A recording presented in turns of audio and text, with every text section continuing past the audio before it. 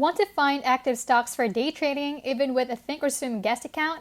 Here's a simple way to scan with filters that actually show results. Welcome to How to Literally, where we keep it smart, simple, and scam-free. Today, I'll show you how to scan inside ThinkOrSwim guest mode using filters that work for you. Look to the left sidebar and click Scan.